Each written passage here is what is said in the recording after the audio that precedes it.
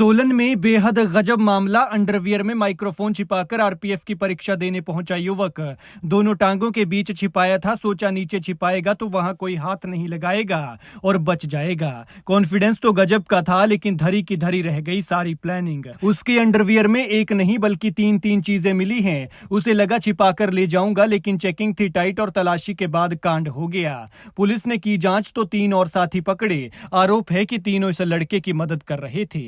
दुनिया में कैसे कैसे लोग रहते हैं। नकल करनी है फिर चाहे आपको जेल जाना पड़े या फिर जिंदगी भर पेपर देने से बाहर रहना पड़े। सोचते होंगे निकल गए तो सोने पे सुहागा, ना निकले तो अपना क्या जाता है। लेकिन इस मामले ने कई सवाल खड़े किए हैं। ये सारी घटना पेश आई है सोलन के बद्दी में।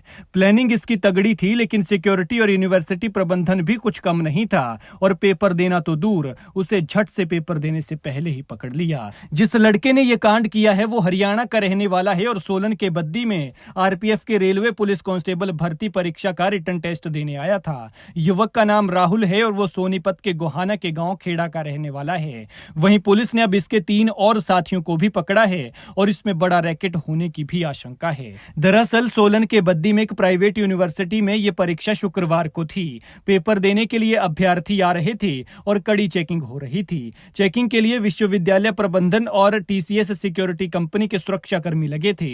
बताया जा रहा है कि इस युवक को गेट के अंदर पकड़ा है। युवक की तलाशी ली गई तो उसने अंडरवियर के अंदर दोनों टांगों के बीच electronic device, microphone, jack, battery और मोबाइल फोन सिम छिपा रखी थी, जिसे बरामद कर लिया है। इसके बाद यूनिवर्सिटी प्रबंधन ने बरोटीवाला थाना को इसकी जानकारी दी और यहां पर तैनात रेलवे पुलिस स्टाफ ने उच्च अधिकारियों को इसके बारे में बताया। बरोटीवाला थाना से पुलिस कर्मी आए और अंबाला से रेलवे के उच्च अधिकारी मौके पर पहुंचे, जिसके बाद युवक को पुलिस ने गिरफ्तार कर लिया है। वहीं मामले की गंभीरता को देखते हुए बद्दी पुलिस ने शुक्रवार रात को इस मामले की जांच के लिए स्पेशल टीम बनाई, जिसके बाद 3 और गिरफ्तारियां हुई हैं। टीम ने शनिवार को हरियाणा के सोनीपत से 27 साल के विकास, 28 साल के सचिन और 32 साल के रोहित सिंह को गिरफ्तार किया है। लेकिन इस तरह से डिवाइस अंदर ले जाने के बाद कयास लगाए जा रहे हैं कि नकल करवाने में गिरोह शामिल हो सकता है और मामले में पुलिस और लोगों की भी गिरफ्तारी कर सकती है। इस मामले पर क्या कहते हैं एसपी बद्दी विनोद धीमान, सुनिए। आरपीएफ कांस्टेबल्स की रिक्रूटमेंट जो कि रिटन बेस्ड टेस्ट होता है, उसका एग्ज़ाम आजकल चल रहा है। एक यूनिवर्सिटी में जो बरोटीवाला में स्थित है, वहाँ पे फ्रिस्किंग के दौरान जो है उस व्यक्ति पे शक हुआ और जब उसकी चेकिंग की गई तो इलेक्ट्रॉनिक डिवाइस, ब्लूटूथ और चार्जिंग बैटरी विद सिम जो रिकवर हुआ। इस व्यक्ति ने भी चीटिंग करनी थी। पुलिस ने त्वरित कार्रवाई करते हुए धारा 318(4) बीएनएस और हमारा जो सेंट्रल एक्ट है अगेंस्ट चीटिंग, उसके अलग अलग सेक्शंस में जो है वो इस व्यक्ति के खिलाफ मुकदमा दर्ज किया। फर्दर इन्वेस्टिगेशन करते हुए पुलिस ने जो वो 3 और अभियुक्तों को गिरफ्तार किया गया है। तो टोटल अभी तक इस केस में 4 अभियुक्तों की गिरफ्तारी हो चुकी है।